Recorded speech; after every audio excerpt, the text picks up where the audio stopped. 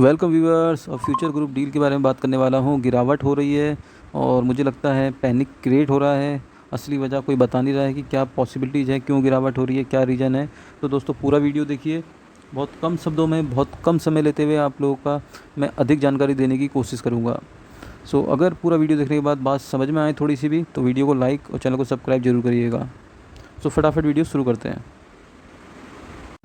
सबसे पहले दोस्तों डिस्क्लेमर, क्योंकि ये एजुकेशनल वीडियो है, इसमें बाय सेल होल्ड के लिए कोई रिकमेंडेशन नहीं है। और एक न्यूज़ आई थी जो मैंने आप लोगों के साथ कोशिश करी थी सब लोगों से पहले शेयर करने की, कि एनसीएलटी से गो हेड मिल गया है फ्यूचर ग्रुप को, वो अपने शेयर होल्डर की मीटिंग कर सकते हैं। ठीक है। और दोस्तों मैंने ये भी मेंशन किया था कि मिठाई खाने वाली खबर है ये, तो मैं दोबारा बोलूँगा, ज़रूर मिठाई खाने वाली खबर है ये। क्योंकि दोस्तों जो एक मामला स्टक हो रखा था पिछले 1 साल से, वो कहीं ना कहीं आगे तो बढ़ा है। पहले तो कोई स्टेप ले ही नहीं पा रहा था फ्यूचर ग्रुप के आगे, क्या करेंगे, कैसे करेंगे। अब कम से कम एनसीएलटी की तरफ से गो हेड का मीन्स एनओडी मिली है कि भैया अपने शेयर होल्डर की मीटिंग करो, उसमें वोटिंग वगैरह होगी। और वो मैक्सिमम चांसेज हैं कि वो फ्यूचर ग्रुप के हक में वोट आने वाले हैं, क्योंकि भैया ये डील नहीं हुई तो बहुत बड़ा प्रॉब्लम्स बढ़ सकती हैं फ्यूचर ग्रुप के लिए, ये सबको पता है। और जो रिटेल इन्वेस्टर है उनको भी पता है। तो जाहिर सी बात है, एक कदम आगे बढ़ा है डील से रिलेटेड कि भैया मीटिंग कर लो। ठीक है। ये खुशखबरी ज़रूर थी, और इसलिए कह सकते हो अपर सर्किट भी देखने को मिला। अब कुछ लोग अलग अलग दिमाग लगा के बता रहे हैं, इसको ऐसा बताया गया, उसको वैसे बताया गया, पता नहीं क्या थॉट है, आई डोंट नो। बट ये पॉजिटिव न्यूज़ थी, बहुत अच्छी खबर थी। और दोबारा तिबारा बोल लो मैं इस पॉइंट को। ठीक है। अब गिरावट क्यों हो रही है वो देखते हैं। 51 रुपये 90 पैसे पे क्लोजिंग दी है 51.90 पे। और इसका दोस्तों प्राइस बैंड है 10% का। एक पॉइंट यहाँ पर देखो आप लोग, इसके अंदर दोस्तों लोअर सर्किट नहीं लगा है। कोई ऐसा नेगेटिव नहीं है, पहला पॉइंट, कि लोअर सर्किट लगा हो। यार कोई स्टॉक बढ़ेगा तो उसके अंदर प्रॉफिट बुकिंग तो आएगी या नहीं। जाहिर सी बात है, 54 रुपये का हाई लगाने के बाद इसके अंदर प्रॉफिट बुकिंग आई है, जो कि इसने 51 रुपये 90 पैसे पे क्लोजिंग दी है। न्यूज़ भी है इसमें, वो भी बताऊँगा। वॉल्यूम ठीक ठाक देखने को मिले हैं दोस्तों, 20 लाख से ऊपर है। 54 से 55% के लगभग डिलीवरी परसेंटेज है। सबसे पहला रीज़न दोस्तों जो मुझे लगता है, मैं टेक्निकल जो एनालिसिस होता है उसके बिहाफ पे बताना पाऊँगा। पहला पॉइंट दोस्तों, जिसने यहाँ पर बाय किया होगा 45 रुपये पे, अगर वो 57 पे बेच रहा है तो क्या गलत है। यार हर कोई तो इन्वेस्टर नहीं होता ना मार्केट के अंदर, ट्रेडर भी तो हैं। ये कह सकते हो आप भाई, जिसको 45 से 57 तक स्टॉक चले गया तो वहाँ पर वो बेचेगा। 10 रुपये का फ़ायदा, 10-12 रुपये का फ़ायदा बहुत होता है। और जिसके पास बड़ी क्वांटिटी होगी उसके लिए 12 रुपये का फ़ायदा बहुत ज़्यादा हो गया दोस्तों। ठीक है। एक पॉइंट तो यहाँ पर है कि जिसने लोअर रेट में ख़रीदा है उसको अगर 10-15 रुपये का फ़ायदा पर्टिकुलर 1 से 2 दिन में मिल जाता है, तो ज़रूरी नहीं है कि उसको होल्ड ही करके रखा जाए, प्रॉफिट बुक भी करना चाहिए। हमेशा स्टॉक मार्केट के अंदर प्रॉफिट छोड़ते नहीं है दोस्तों, प्रॉफिट घर भी लेके जाते हैं। एक तो यह है कि ट्रेडिंग का भी रीज़न हो सकता है, पहला पॉइंट।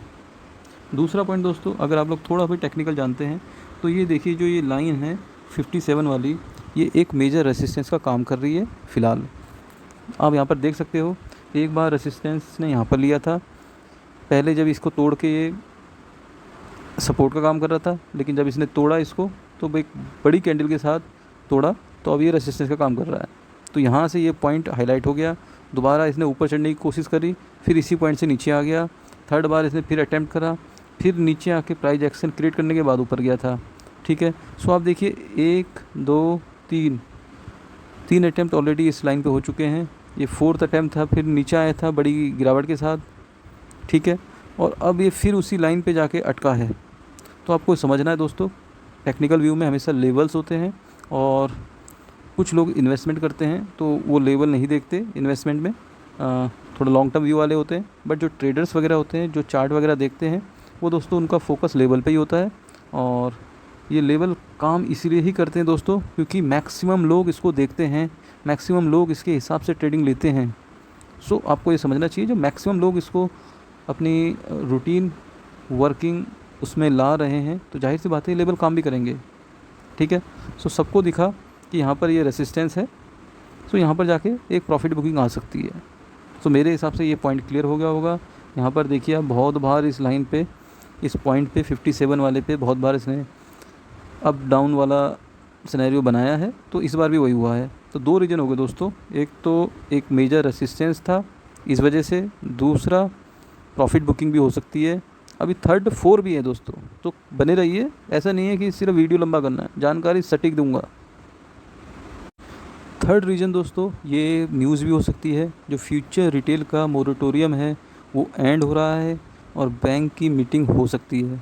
तो जाहिर सी बात है, जो मोरेटोरियम अगर आप सभी को पता हो कि भैया जो कोविड वाला मोरेटोरियम था, जिसमें बोला गया था भैया अभी पैसे नहीं है, तो आप एक अवधि तक टाइम मिल गया था पैसे देने के लिए, उस पीरियड के बाद आपको पेमेंट देनी होगी। सिंपल सी बात है, जो टेन्योर था उसको एक्सटेंड या स्ट्रेच या बढ़ा दिया गया था। तो वही फ्यूचर ग्रुप के साथ भी था, फ्यूचर रिटेल के साथ भी था। सो ये न्यूज़ बिल्कुल वही है कि उसका जो मोरेटोरियम पीरियड है वो एंड होने वाला है।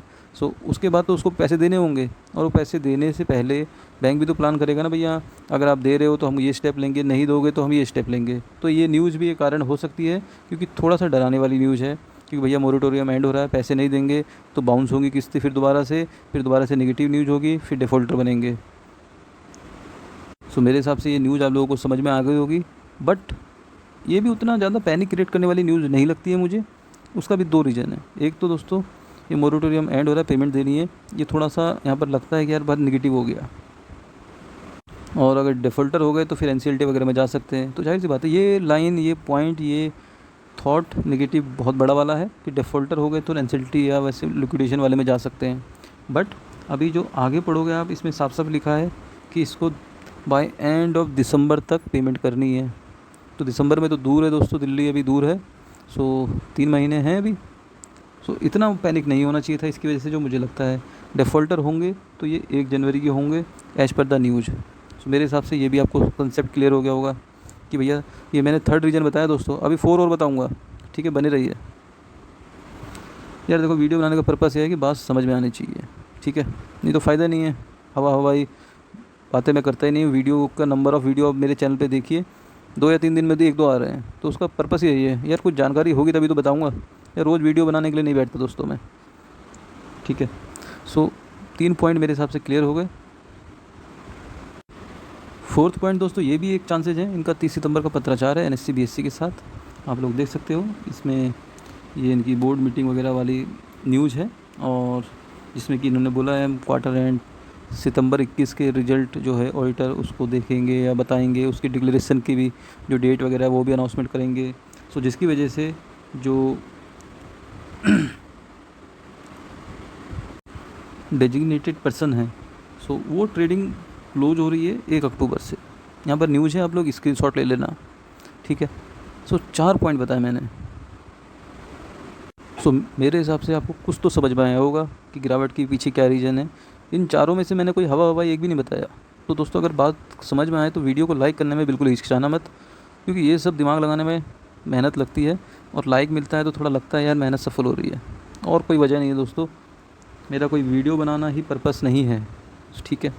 मेरे चैनल का नाम कोई शेयर मार्केट ये सब नहीं है, सिंपल है, न्यू नॉलेज मीन्स थोड़ा बहुत नॉलेज, ज्ञान मेरे पास जो है या मैं कहीं से इकट्ठा कर रहा हूँ वो आप लोगों के साथ शेयर करूँ, सिंपल, ठीक है, इसलिए एजुकेशनल वीडियो है। अब देखते हैं, मेरे पास जो कमेंट वगैरह आ रहे थे सबका मैं रिस्पांस नहीं कर पा रहा था, उसके लिए really very very sorry. But आप लोगों को 2-3 कमेंट मैं ज़रूर इसमें डिस्कस करूँगा आप लोगों के साथ। पहला तो ये था कि इस मीटिंग से क्या फ़र्क पड़ेगा। दोस्तों, फ़र्क सिर्फ मुझे जो दिखता है वो इतना दिखता है कि डील में एक स्टेप आगे बढ़ा है, ठीक है, पीछे नहीं हटा है, एक कदम आगे बढ़ा है। सो एक पॉइंट तो ये है। सेकंड पॉइंट ये है दोस्तों, 30 सितंबर अभी रिलायंस की तरफ से भी कुछ नहीं आया है, और हो सकता है वो भी कुछ अनाउंसमेंट आने वाला हो। सो वो भी एक नेगेटिव पॉजिटिव डायरेक्शन तय कर सकता है। आप पॉइंट नोट करते जाइए दोस्तों, क्या क्या लूप होल है, मैं वो सारे आपको क्लियर कर रहा हूँ। वीडियो थोड़ा सा लंबा है, सो फालतू बातें नहीं कर रहा हूँ मैं, बिल्कुल काम की बातें बता रहा हूँ आपको। सो होप आप लोग समझेंगे। तो पहला पॉइंट, डील की तरफ एक कदम बढ़ा है। दूसरा, रिलायंस की तरफ से भी जो एक पीरियड था वो भी एंड होने वाला है, तो कहीं ना कहीं उसके तरफ से भी कुछ अनाउंसमेंट आ सकता है। सो उस पर भी नज़र रखनी पड़ेगी अगर आपके पास ये स्टॉक है तो।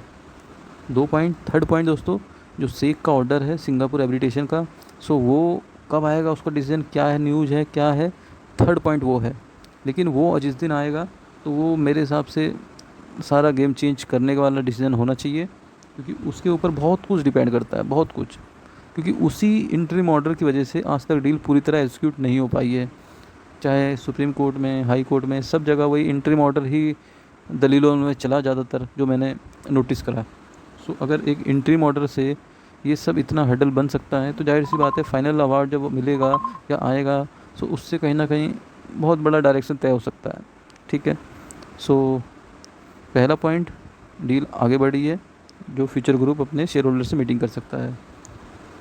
सेकंड पॉइंट, रिलायंस की तरफ से भी कुछ आउटपुट आ सकता है। थर्ड पॉइंट, सेक का ऑर्डर बहुत डायरेक्शन तय करने वाला होगा। फोर्थ पॉइंट है दोस्तों कि निगेटिव आया, मान के चले हम सेक की तरफ से निगेटिव आया, फ्यूचर ग्रुप के हक में नहीं आया, तो बहुत, मुझे जो मेरा एनालिसिस है, मेरे हिसाब से बहुत रेयर चांस लगते हैं कि फ्यूचर ग्रुप नहीं बचेगा। मीन्स कुछ ना कुछ एक जरिया, थर्ड ऑप्शन या कुछ ना कुछ आउटकम निकलना चाहिए, चाहे अमेज़न ही कुछ और फर्दर इन्वेस्टमेंट करे इसके अंदर, या किसी और पार्टी को फ्यूचर ग्रुप सेल करे।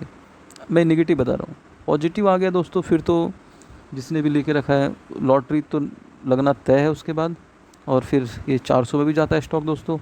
फिर लोग देखते रहेंगे, ये 400 टच करेगा, हो सकता है उससे आगे भी बढ़ जाए। सो ये सब कहानी अभी इसके अंदर इफ बट है। सो जो स्टेज में पहले था ये केस, उस स्टेज से एक कदम आगे बढ़ा है, इतना आपको समझना है। That's it. अगर कुछ आएगा तो दोस्तों मैं फ्री का जो मेरे टेलीग्राम चैनल है उसमें मैं इमीडिएट आपको अपडेट करने की कोशिश करूँगा। सो होप आप लोगों को बात समझ में आए तो दोस्तों वीडियो को लाइक, चैनल को सब्सक्राइब जरूर करिएगा। मिलते हैं नेक्स्ट वीडियो में। Bye bye.